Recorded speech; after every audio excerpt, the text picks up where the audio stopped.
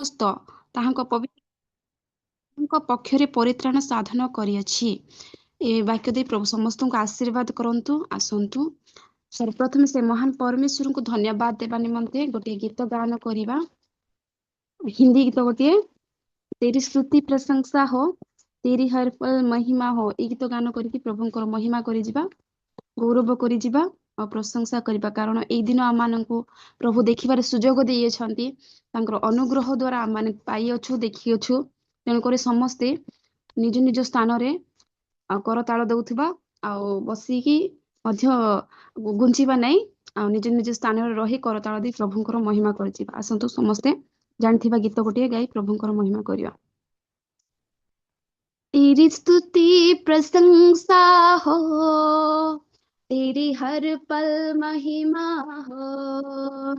तेरी स्तुति प्रशंसा हो, तेरी हर पल महिमा हो। तू अवर्णित है, तो सुंदर है, मेरा पहला पहला प्यार है। तू अवर्णित है, तो सुंदर है, मेरा पहला पहला प्यार है। तेरी स्तुति प्रशंसा हो, तेरी हर पल महिमा हो। तेरी स्तुति प्रशंसा हो, तेरी हर पल महिमा हो। मेरी निराशाओं में मेरी आशा बना तू, मेरी खामोशियों को समझा तूने प्रभु। मेरी निराशाओं में मेरी आशा बना तू, मेरी खामोशियों को समझा तूने प्रभु। तू अवर्णित है, तू सुंदर है, मेरा पहला पहला प्यार है। तू अवर्णित है, तू सुंदर है, मेरा पहला पहला प्यार है।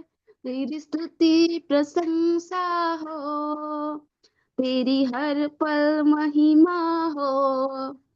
तेरी स्तुति प्रशंसा हो, तेरी हर पल महिमा हो।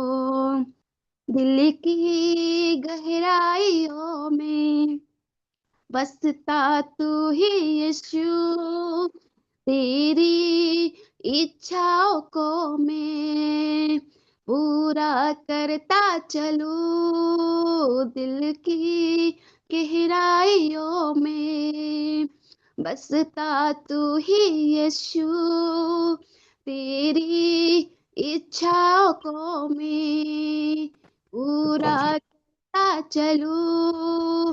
तू अवर्णित है, तू सुंदर है, मेरा पहला पहला प्यार है। तू अवर्णित है, तू सुंदर है, मेरा पहला पहला प्यार है। तेरी स्तुति प्रशंसा हो, तेरी हर पल महिमा हो। तेरी स्तुति प्रशंसा हो, तेरी हर पल महिमा हो। तू अवर्णित है, तू सुंदर है, मेरा पहला पहला प्यार है। तू अवर्णित है, तू सुंदर है, मेरा पहला पहला प्यार है। तेरी स्तुति प्रशंसा हो, तेरी हर पल महिमा हो। तेरी स्तुति प्रशंसा हो, तेरी हर पल महिमा हो। Hallelujah, praise the Lord. ଏ ମହାନ ପରମେଶ୍ୱରଙ୍କୁ ଧନ୍ୟବାଦ ଦେବା, କାରଣ ଏ ସୁନ୍ଦର ସୁଯୋଗ ଆମମାନଙ୍କୁ ଦେଇଛନ୍ତି, ଏ ସୁନ୍ଦର ପ୍ରଭାତ ଦେଖେଇଛନ୍ତି। ଆଉ ଜାନୁଆରୀ ବର୍ଷର 26 ତାରିଖ ଆମକୁ ସାଧାରଣତନ୍ତ୍ର ଦିବସ ଦେଖାଇଛନ୍ତି। ତେଣୁକରି ସେ ମହାନ ପରମେଶ୍ୱରଙ୍କୁ ଆମେ ଧନ୍ୟବାଦ କରିବା। ଆଉ ସମସ୍ତେ ନିଜ ନିଜ ସ୍ଥାନରେ ରହିବି, ଆଉ ପ୍ରଭୁଙ୍କର ଆତ୍ମାର ସହ ସତ୍ୟତାର ସହ କରତାଳ ମାଧ୍ୟମରେ ସେ ମହାନ ପରମେଶ୍ୱରଙ୍କର ଗୌରବ କରିଯିବା। ଆସନ୍ତୁ ତାଙ୍କର ଗୌରବ କରିବା ନିମନ୍ତେ ଆଉ ଗୋଟେ ଗୀତ ଗାନ କରିବା। ଓଡିଆ ଗୀତ ପ୍ରଭୁ ଯୀଶୁ ତୁମେ ସୃଷ୍ଟିକର୍ତ୍ତା, ପ୍ରଭୁ ଯୀଶୁ ତୁମେ ଆରୋଗ୍ୟ ଦାତା। এই ଗୀତ ଗାନ କରି ପ୍ରଭୁଙ୍କର ମହିମା କରିବା। ପ୍ରଭୁ ଯୀଶୁ ତୁମେ ସୃଷ୍ଟିକର୍ତ୍ତା, ପ୍ରଭୁ ଯୀଶୁ ତୁମେ ଆରୋଗ୍ୟ ଦାତା, ପ୍ରଭୁ ଯୀଶୁ ତୁମେ ସୃଷ୍ଟିକର୍ତ୍ତା, ପ୍ରଭୁ ଯୀଶୁ ତୁମେ ଆରୋଗ୍ୟ ଦାତା, ପ୍ରେମର ତୁମେ ଦୟା ସାଗର, ପ୍ରେମର ତୁମେ ଦୟା ସାଗର, ପ୍ରଭୁ ଯୀଶୁ ତୁମେ ସୃଷ୍ଟିକର୍ତ୍ତା, ପ୍ରଭୁ ଯୀଶୁ ତୁମେ ଆରୋଗ୍ୟ ଦାତା, ପ୍ରଭୁ ଯୀଶୁ ତୁମେ ସୃଷ୍ଟିକର୍ତ୍ତା, ପ୍ରଭୁ ଯୀଶୁ ତୁମେ ଆରୋଗ୍ୟ ଦାତା। ସାରା ଜଗତରେ ପ୍ରଭୁ ତୁମରି ରାଜ୍ୟ ଆସୁ, ସାରା ଜଗତରେ ପ୍ରଭୁ ଜୟ ତୁମ ହେଉ, ସାରା ଜଗତରେ ପ୍ରଭୁ ତୁମରି ରାଜ୍ୟ ଆସୁ, ସାରା ଜଗତରେ ପ୍ରଭୁ ଜୟ ତୁମ ହେଉ। ଜୀବିତ ଈଶ୍ୱର ଦୟା ସାଗର, ଜୀବିତ ଈଶ୍ୱର ଦୟା ସାଗର, ପ୍ରଭୁ ଯୀଶୁ ତୁମେ ସୃଷ୍ଟିକର୍ତ୍ତା, ପ୍ରଭୁ ଯୀଶୁ ତୁମେ ଆରୋଗ୍ୟ ଦାତା, ପ୍ରଭୁ ଯୀଶୁ ତୁମେ ସୃଷ୍ଟିକର୍ତ୍ତା, ପ୍ରଭୁ ଯୀଶୁ ତୁମେ ଆରୋଗ୍ୟ ଦାତା। ମୋ ପ୍ରଭୁ ଯୀଶୁ ସତ୍ୟ ସନାତନ, ରାଜା ମାନଙ୍କର ରାଜା ସେ ଯେ ରାଜନ, ମୋ ପ୍ରଭୁ ଯୀଶୁ ସତ୍ୟ ସନାତନ, ରାଜା ମାନଙ୍କର ରାଜା ସେ ଯେ ରାଜନ, ହୃଦୟର ତୁମେ ଦୟା ସାଗର, ହୃଦୟର ତୁମେ ଦୟା ସାଗର, ପ୍ରଭୁ ଯୀଶୁ ତୁମେ ସୃଷ୍ଟିକର୍ତ୍ତା, ପ୍ରଭୁ ଯୀଶୁ ତୁମେ ଆରୋଗ୍ୟ ଦାତା, ପ୍ରଭୁ ଯୀଶୁ ତୁମେ ସୃଷ୍ଟିକର୍ତ୍ତା, ପ୍ରଭୁ ଯୀଶୁ ତୁମେ ଆରୋଗ୍ୟ ଦାତା। ତୁମରି ଚରଣେ ସେବା କରିବୁ ଯେଉଁ ଦିନ, ଦୟା କର ଯୀଶୁ ରାଜା ଦିଅ ଦର୍ଶନ, ତୁମରି ଚରଣେ ସେବା କରିବୁ ଯେଉଁ ଦିନ, ଦୟା କର ଯୀଶୁ ରାଜା ଦିଅ ଦର୍ଶନ, ପବିତ୍ର ଈଶ୍ୱର ଦୟା ସାଗର, ପବିତ୍ର ଈଶ୍ୱର ଦୟା ସାଗର, ପ୍ରଭୁ ଯୀଶୁ ତୁମେ ସୃଷ୍ଟିକର୍ତ୍ତା, ପ୍ରଭୁ ଯୀଶୁ ତୁମେ ଆରୋଗ୍ୟ ଦାତା, ପ୍ରଭୁ ଯୀଶୁ ତୁମେ ସୃଷ୍ଟିକର୍ତ୍ତା, ପ୍ରଭୁ ଯୀଶୁ ତୁମେ ଆରୋଗ୍ୟ ଦାତା। ପ୍ରେମର ତୁମେ ଦୟା ସାଗର, ପ୍ରେମର ତୁମେ ଦୟା ସାଗର, ପ୍ରଭୁ ଯୀଶୁ ତୁମେ ସୃଷ୍ଟିକର୍ତ୍ତା, ପ୍ରଭୁ ଯୀଶୁ ତୁମେ ଆରୋଗ୍ୟ ଦାତା, ପ୍ରଭୁ ଯୀଶୁ ତୁମେ ସୃଷ୍ଟିକର୍ତ୍ତା, ପ୍ରଭୁ ଯୀଶୁ ତୁମେ ଆରୋଗ୍ୟ ଦାତା। ହାଲେଲୁୟା, ପ୍ରେଜ୍ ଦ ଲର୍ଡ। ପ୍ରଭୁଙ୍କର ମହିମା ହଉ, ପ୍ରଭୁଙ୍କର ଗୌରବ ହଉ। ଆମେ ମାନେ କିଛି ନୁହଁ, ଆମମାନଙ୍କ ସୁର ତାଳ କିଛି ବି ନାହିଁ, ଆମମାନଙ୍କର ସକାଳ ସକାଳ କଣ୍ଠ ବି ଭଲ ନଥାଏ, କିନ୍ତୁ ପ୍ରଭୁ ଆମମାନଙ୍କର ପ୍ରତ୍ୟେକ ଗୀତର ଅର୍ଥ ବୁଝିବା ପରମେଶ୍ୱର ଅଟନ୍ତି।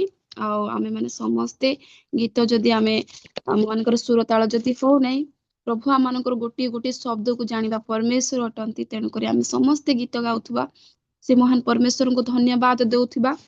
ଆଉ କାରଣ ସେ सारा जगतर सृष्टिकर्ता परमेश्वर अटंती। तांकर नाम को आमे महिमान्वित करिबा, उच्छरे स्थापन करिबा, कारण से एकमात्र योग्य जीवंत परमेश्वर अटंती पूजा प्रशंसा पाइबार। तेणुकर समस्ते आमे मुख फिटाई से महान परमेश्वर को धन्यवाद देउथबा। आ मते टिके ठंडा भी जाइछि, सकाळ सकाळ मु गीत भी गाई पारना, किंतु प्रभुंकर महिमा हो आ प्रभुंकर गौरव हो ए सुंदर सुजोग देथिबा हेतु आसंत समस्त निज निज स्थान रे चक्षु बंद करिबा आ से महान परमेश्वर को स्मरण करिबा, तांकर मंगल दान सब स्मरण करिबा। कारण आमे केउ जगह रे थिलु आ केउ जगह रे हमन को प्रभु उठाई आनी अछंती आ ए अंधकार जगत पृथकृत करी प्रभु तांकर सानिध्य मध्य नहीं आसी अछंती आ तांकर महान नाम को से पवित्र नाम को कीर्तन करबा निमंते आमान को सुजोग प्रदान करी अछंती। कारण अनेक लोक ए दिन देखि पानांती प्रिय माने, किंतु प्रभु आमान को देखाई आनी अछंती। प्रभुंकर नाम गौरव हो, प्रभुंकर नाम को धन्यवाद करूछु। अनेक लोक एक्सीडेंट रे चली जाइछंती, सुसाइड रे चली जाइछंती, अनेक रोग बात बेमार पड़ी रही अछंती, अनेक शय्याशायी, अनेक अनेक लोक अनेक रोग रे पीड़ित अछंती, किंतु प्रभु आमान को सुस्थ सबल रखी तांकर सानिध्य मध्य नहीं आसी अछंती आ 2026 साल आमान को देखाई आनी अछंती। तेणुकर समस्ते प्रभुंकर नाम को उच्चरे रखिबा, प्रभुंकर नाम को कोटि कोटि धन्यवाद देबा। आसंत समस्ते मुख फिटाई से महान परमेश्वर को स्मरण करबा, से महान परमेश्वर को धन्यवाद करबा, कारण सुंदर प्रभात आमान को देखाई आनी अछंती। धन्यवाद Yeshu, thank you Jesus, glory to God. We praise your holy name. We praise your holy name. Thank you, Father. Thank you, Jesus. Thank you, Holy Spirit. धन्यवाद पिता, धन्यवाद पिता, पुत्र, पवित्र आत्मा, तुमको धन्यवाद करियो पिता परमेश्वर। सुंदर सुजोग दियो प्रभु। अनेक लोक दिन देखी पाना, किंतु परमेश्वर बापा तुमर अनुग्रह द्वारा प्रभु आमान को दिन देखाई आनी गो राजा। प्रभु तुम्हें आम को विनष्ट होगा देना पिता परमेश्वर राजा। प्रभु तुमरी इच्छा बापा कौन सी आत्मा विनष्ट न हो गो पिता परमेश्वर राजा। समस्ते आत्मा जेपरी सुरक्षित है तुम इच्छा गो राजा। प्रभु जी जगत मध्य जेते जन तुमको जानी ना प्रभु से तुम कढ़ाई आण गो राजा पिता परमेश्वर बापा। से अंतर कथा कह गो पिता प्रभु। अनेक विजातीय लोक अच्छा प्रभु, से प्रभु तुमको जानी भी ना गो राजा। से आत्मा को तुम उद्धार कर गो पिता परमेश्वर बापा। से प्रभु जेपरी प्रभु आत्मिक चक्षु खोल तुम्हें साहाଯ୍य कर गो राजा। हे पिता परमेश्वर अनेक प्रभु प्रतिमा को से पूजा करुछन, किंतु सत्यमय सत्य जीवित परमेश्वर को से प्रभु प्रभु से हेय ज्ञान कर प्रभु। से आत्मिक चक्षु को तुम्हें प्रभु खोली दियो गो पिता परमेश्वर बापा। प्रभु से आत्मिक चक्षु को तुम्हें खोली दियो बोले प्रार्थना निवेदन करुछि प्रभु। जेते जन प्रभु डिवाइस रे जड़ित होते से समस्त को तुम हस्तरे दउछि गो राजा, कारण तुम्हें अंतःकरण देखा परमेश्वर हट गो राजा। क्यों लोक क्यों मन प्राण नहीं आसी तुम्हें जानी अच्छे। थैंक यू जीसस, धन्यवाद पिता प्रभु। तुम्हें आम अंतःकरण को निरीक्षण करवा परमेश्वर बापा। प्रत्येक विषय को तुम्हें जाना परमेश्वर हट राजा। आमे प्रभु किपरि भूली जीवु गो राजा तुम से मंगल दान को राजा। जो प्रभु जी आमाने प्रभु किछि नथिलु, धूଳି सदृश मनुष्य थिलु, किंतु प्रभु तुम्हें आमान को प्रभु उठाई आनी अच्छ गो राजा। धूଳି सदृश मनुष्य को तुम्हें प्रभु उठाई आनी प्रभु तुम्हें व्यवहार पात्र बनई अच्छ। एथि मते कोटि कोटि धन्यवाद दियो गो राजा। थैंक यू जीसस, धन्यवाद यीशु। देखे है तेरे आश्चर्य के काम हमने, देखी है तेरी वफादारी। दिल है ये कहता है धन्य तू यीशु मेरे, तुझ में पिता की देखी महिमा सारी। समस्ते कहिबा देखे है तेरे आश्चर्य के काम हमने, देखी है तेरी वफादारी। दिल है ये कहता है धन्य तू यीशु मेरे, तुझ में पिता की देखी महिमा सारी। सदा साथ तू रहा, लेके साथ तू चला, हमको चलाए संग तेरे। सदा साथ तू रहा, लेके साथ तू चला, हमको चलाए संग तेरे शुक्रगुजार हूँ मैं, साधमान हूँ मैं, हासिल हूँ मैं तेरे प्यार का। शुक्रगुजार हूँ मैं, साधमान हूँ मैं, हासिल हूँ मैं तेरे प्यार का। मैं क्या और मेरा घराना तेरे सामने, जो प्यार करता तू इस कदर। मैं क्या और मेरा घराना तेरे सामने, जो प्यार करता तू इस कदर। यस लॉर्ड, पहचान मेरी यीशु तेरी पहचान से, तू रखता है हमें बेफिक्र। पहचान मेरी यीशु तेरी पहचान से, तू रखता है हमें बेफिक्र। तेरे बिना कुछ नहीं, मेरा सब कुछ तो है। दिल मेरा बस ये कहे, तेरे बिना कुछ नहीं, मेरा सब कुछ तो है। दिल मेरा तुझसे ये कहे, शुक्रगुजार हूँ मैं, साधमान हूँ मैं, हासिल हूँ मैं तेरे प्यार की। शुक्रगुजार हूँ मैं, साधमान हूँ मैं, हासिल हूँ मैं तेरे प्यार की। तुझसे ही पाया है तेरे लिए ये सब, देता तू मैं मेरे प्रभु। तुझसे ही पाया है तेरे लिए है ये सब, देता हूँ मैं मेरे प्रभु। मेरी तो चाहते तू बस यीशु मेरा, मेरी जिंदगी हो तुझे कबूल। यस लॉर्ड, मेरी तो चाहत तू ही बस यीशु मेरा, मेरी जिंदगी हो तुझे कबूल। तेरे बिना कुछ नहीं, मेरा सब कुछ तू है। दिल मेरा तुझसे ये कहे, तेरे बिना कुछ नहीं, मेरा सब कुछ तू है। दिल मेरा तुझसे ये कहे, शुक्रगुजार हूँ मैं, साधमान हूँ मैं, हासिल हो मैं तेरे प्यार का।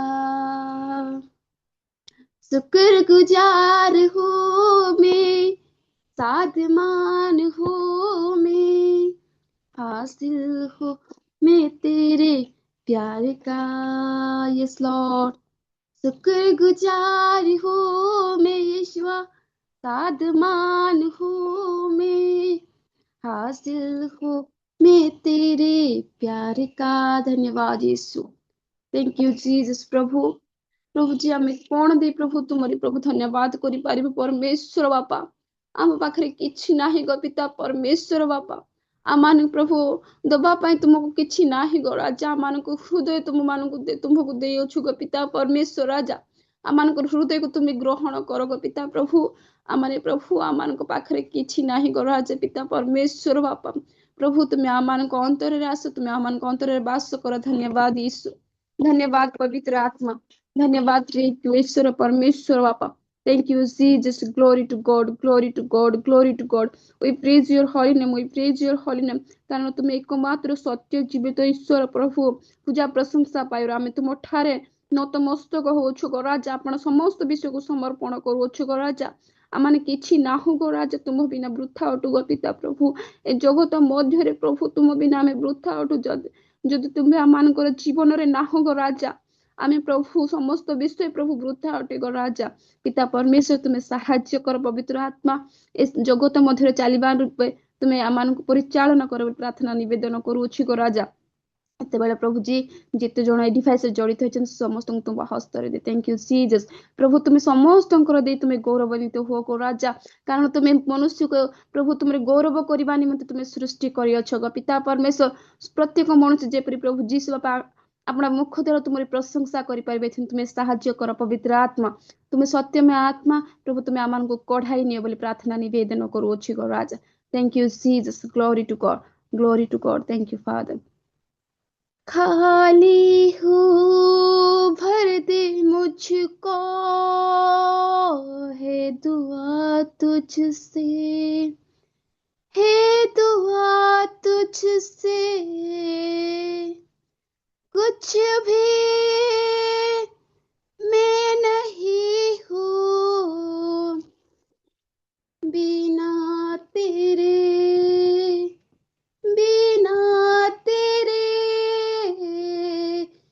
खाली हूँ भर दे मुझको है दुआ तुझसे है दुआ तुझसे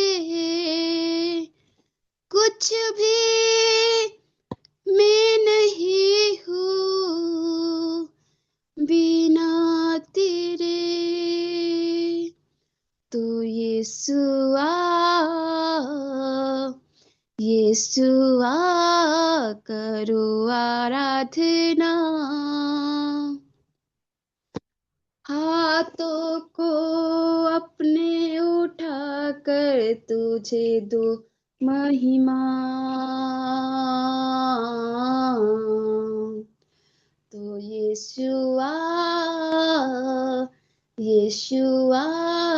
करो आराधना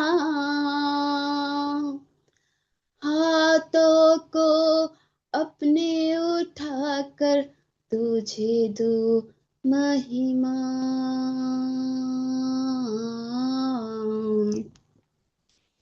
तेरे बिन मैं कुछ भी नहीं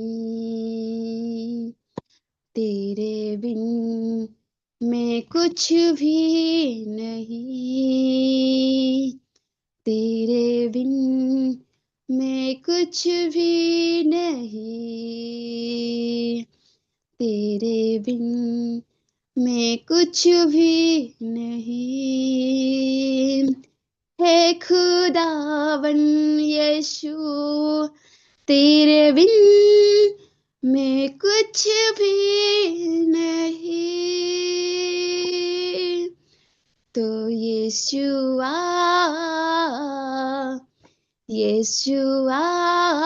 करो आराधना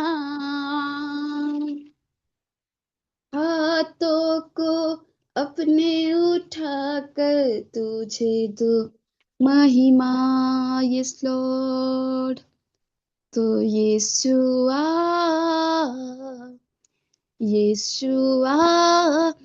करो आराधना हाथों को अपने उठाकर तुझे दो महिमा धन्यवाद Yeshu thank you Jesus thank you Father thank you Holy Spirit प्रभु तुमको धन्यवाद देउछि राजा ए सुंदर सुजोग पई धन्यवाद देउछि गो राजा प्रभु तुमे आमन को बाछिलो राजा तुमरी प्रभु प्रभु गौरव करबा निमंते प्रभु हाँ पिता परमेश्वर राजा अनेक आहूत किंतु अल्प मनोनीत गो पिता परमेश्वर बापा प्रभु तुम्हें आम को बाछी अच्छ गो राजा तुम सानिध्य मध्य आसी प्रभात कालीन तुम आराधना करबा निमंते तुम उपासना बसवा निमंते प्रभु एथि निमंते कोटि कोटि धन्यवाद दीछु गो पिता परमेश्वर आबा पिता तुम्हें आम जीवन प्रभु गौरव पाओ महिमान्वित हो गो राजा आम केवल तुमरी महिमा करि पारिबो प्रशंसा करि पारिबो गो पिता प्रभु तुम्हें साहाय्य कर पवित्र आत्मा प्रत्येक दिन आम को तुम सत्यम आत्मा द्वारा लीड कर बोली प्रार्थना निवेदन करुछि गो राजा तुम्हें प्रशंसा पाओ तुम्हें गौरव पाओ पिता परमेश्वर बापा प्रभु अनेक लोक ए दिन देखि पाना किंतु परमेश्वर प्रभु तुम्हें आम को देखाई अछ बंचाई रखी अछ सुस्थ सबल रखी अछ गो राजा तेणुक तुम नाम कोटि कोटि धन्यवाद देउछु गो पिता प्रभु ए प्रभात कालीन जागृत कराई प्रभु तुम नाम को स्मरण करबा निमंते तुम्हें एठारे बसाई अछ एथि निमंते कोटि कोटि धन्यवाद देउछु गो राजा प्रभु अनेक लोक प्रभु सोई पड़ी अछंती किंतु प्रभु आमान को जागृत करे अछ तुम स्तुति बाद आराधना करबा निमंते एथि निमंते प्रभु तुम नाम को उच्छरे स्थापन करूछु गो राजा प्रभु जी प्रभु ए प्रभात कालीन प्रभु जी आमे तुम ठारे समर्पित होछु गो राजा आजिकार दिन प्रभु तुम हस्तर दे प्रथम प्रभु जी आगामी प्रत्येक विषय को तुम हस्तरे समर्पण करे गो राजा तुम्हें प्रभु प्रत्येक विषय को पवित्र आत्मा द्वारा लीड कर प्रार्थना निवेदन करुछि गो राजा thank you Jesus glory to God पिता परमेश्वर बाबा प्रत्येक डिवाइस को तुम हस्तरे समर्पण करी प्रभु मु तुम ठारे समर्पण होछि गो राजा आमनकर मन प्राण आत्मा शरीर को तुम हस्तरे देउछि गो राजा प्रत्येक डिवाइस को तुम हस्तरे दे प्रभु कारण प्रभु समस्त अंतःकरण जानिबा परमेश्वर तुम्हें अटक राजा क्यों लोक क्यों मन को उद्देश्य नहीं आसी ताहा तुम्हें जानिबा परमेश्वर अटक राजा प्रत्येक निराशा थिबा मन को प्रभु तुम्हें आशारे परिणत कर राजा प्रभु प्रत्येक लोक जो माने प्रभु दुख रे आसी अछंते से मानको प्रभु तुम्हें सुख रे परिणत कर गो पिता परमेश्वर राजा जो भग्न आत्मा प्रभु भग्न अंतःकरण को प्रभु जीसु बापा तांकर अस्थि मज्जा को तुम्हें प्रभु कर नाय गो राजा तांको प्रभु तुम्हें सांत्वना दे प्रभु तुम्हें प्रभु आशीर्वाद कर बोली प्रार्थना निवेदन करूछि गो राजा एते बेले समस्त आदर महिमा प्रशंसा गौरव तुम्हरे नाम हृदय प्रभु छोटिया निवेदन छोटिया आराधना तुम हस्तर समर्पण करी एक क्षुद्र निवेदन एकमात्र प्रभु यीशु ख्रीष्टଙ୍କ नामରେ मागुछि पिता आमेन धन्यवाद थैंक यू सिस्टर सुजोग देथिबा हेतु धन्यवाद बहुत बहुत धन्यवाद सिस्टर आसंतु आम एक उच्च करता दे सिस्टर को धन्यवाद देवा आ सुंदर भाव रे कहूथिले देह भल नाही ठंडा धरिछि तथापि प्रभु सुंदर स्वर देइचंती प्रभुंकर गौरव करबा निमंते प्रभु आपणकर सहवर्ती हुंतु सुस्थ सबल शरीर दियंतु ए बड़ी भाव रे प्रभुंकर निमंते आ व्यवहृत होतु बहुत बहुत धन्यवाद सिस्टर आसंतु वर्तमान आमे वाक्य मध्य को जीवा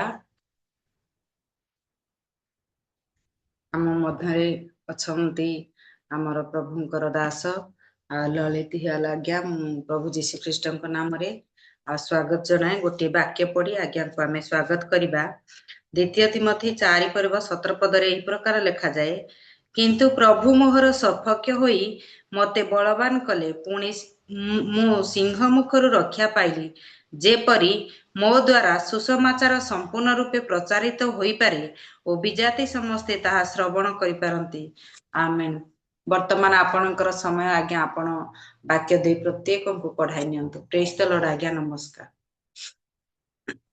प्रेज द लॉर्ड नमस्कार समस्त को praise the Lord happy new year समस्त को जेतु मो प्रथम थर करी real ministry of India A zoom platform रे जोड़ीबार सौभाग्य सुजोग पाइछि एणु आपण मान हैप्पी न्यू ईयर एवं हैप्पी रिपब्लिक डे मध्य जेहेतु आमे आज 76 रिपब्लिक डे मध्य आमने प्रवेश करि पारिछु तो प्रभुंकर गौरव हो मध्य बहुत बड़े भल दिन मध्य भल दिन तो समस्त दिन टी भल किंतु तथापि किछि किछि दिन थाए जहाँ विशेष थाए आम सकाशे जोटा को माने गोटे स्मृति भाव रे गोटे स्मरणीय भाव रे आमे नहीं थाउ तो से जहाँ भी हो जूम रो होस्ट महाशय को ता सहित रे आज परिचालना दायित्व देथिबा प्रभु दासी मानू वर्शिप रे कढ़े नहीं प्रभु दासी सिस्टर तनु सिस्टर को अति सुंदर एक ବାକ୍ୟ ସହିତ ଆହ୍ୱାନ କରିଥିବା ପ୍ରଭୁଙ୍କର ଦାସୀ ତାଙ୍କୁ ମଧ୍ୟ ମୁଁ ଧନ୍ୟବାଦ ଦିଏ ଏବଂ ଜଡ଼ିତ ଥିବା ପ୍ରତ୍ୟେକଙ୍କୁ ଆଜିର ବାକ୍ୟ ମଧ୍ୟରେ ଆପଣମାନଙ୍କୁ ସ୍ୱାଗତ କରେ ଯେହେତୁ ଅନେକ ଅତି ବୟୋଜ୍ୟେଷ୍ଠ ବରିଷ୍ଠ ପ୍ରଭୁଙ୍କର ଦାସ ମାନେ ବିଭିନ୍ନ ସ୍ଥାନରୁ ଯୋଡ଼ିଛନ୍ତି ଏବଂ ସେମାନଙ୍କୁ ସ୍ୱାଗତ କରିବା ସଙ୍ଗେ ସଙ୍ଗେ ସମସ୍ତ ବିଶ୍ୱାସୀ ଭାଇ ଭଉଣୀ ମାନଙ୍କୁ ମଧ୍ୟ ମୁଁ ଆପଣମାନଙ୍କୁ ଯୀଶୁଙ୍କ ନାମରେ ପ୍ରେଜ ଦ ଲର୍ଡ ଜଣ ଆଜିର ବାକ୍ୟ ମଧ୍ୟରେ ମୁଁ କଢ଼ାଇ ନେବା ପାଇଁ ଇଚ୍ଛା କରେ। ତେବେ ଆସନ୍ତୁ ଗୋଟେ ଛୋଟ ପ୍ରସଙ୍ଗରେ ମୁଁ ଆପଣମାନଙ୍କ ସହିତ କଥା ହେବା ପାଇଁ ଇଚ୍ଛା କରେ କାରଣ ପ୍ରଭୁ ବହୁମୂଲ୍ୟ ଏକ ସମୟ ଆମମାନଙ୍କ ଜୀବନରେ ଦେଇଛନ୍ତି। ବାକ୍ୟରେ ଲେଖାଯାଏ ଯେ ସମୟର ସଦ୍ବ୍ୟବହାର କର ଆଉ ସମୟରେ କି ଅସମୟରେ ତୁମ୍ଭେ ମାନେ ଉଦ୍ଯୋଗ ରହିବ ଏହା ତିମୋଥୀକୁ ସେ ଲେଖିବା ସମୟରେ ଲେଖନ୍ତି ଏଫେସୀୟ ମଣ୍ଡଳୀକୁ ଲେଖିବା ସମୟରେ ସେ ଲେଖନ୍ତି ଯେ ସମୟର ସଦ୍ବ୍ୟବହାର କର। ତେଣୁ ଆସନ୍ତୁ ଆମମାନଙ୍କୁ ପ୍ରଭୁ ଏ ପ୍ରଭାତ କାଳୀନ ସମୟରେ ଅନଲାଇନ ମାଧ୍ୟମରେ ମାନେ ସୁନ୍ଦର ଏକ ପ୍ଲାଟଫର୍ମ ଯାହା ଜୁମ୍ ମାଧ୍ୟମରେ ପ୍ରଭୁ ଆମମାନଙ୍କୁ ଏ ଦିନ ମାନଙ୍କରେ ବିଶେଷ କରି ଲକଡାଉନ ସମୟ ଠାରୁ ଆରମ୍ଭ କରି ଏ ସମୟ ପର୍ଯ୍ୟନ୍ତ ଆମମାନଙ୍କୁ ପ୍ରଭୁ ଅନଲାଇନ ମାଧ୍ୟମରେ ବିଭିନ୍ନ ସମ୍ବାଦ ଗୁଡ଼ିକ ଦ୍ୱାରା ମାନେ ଯେ ପ୍ରକାର ଉତ୍ସାହିତ ହଉ ଏଣୁକରି ବହୁତ ବିଷୟକୁ ଶିଖିପାରୁ ସେ ସୌଭାଗ୍ୟ ସୁଯୋଗ ପ୍ରଭୁ ଆମମାନଙ୍କୁ ଦେଇଛନ୍ତି। ଏବେ ଆସନ୍ତୁ ତାହାର ସୁଯୋଗର ଫାଇଦା ଉଠୁ ଆମେ ଅଳ୍ପ ସମୟ ଈଶ୍ୱରଙ୍କର ବାକ୍ୟରୁ କିଛି ବିଷୟକୁ ଶିଖିବା ଏବଂ ଆଶୀର୍ବାଦକୁ ପ୍ରାପ୍ତ। ଦୟାକରି ମୋ ସହିତ ଖୋଲିବେ ପ୍ରେରିତ ପୁସ୍ତକ 3 ଅଧ୍ୟାୟ।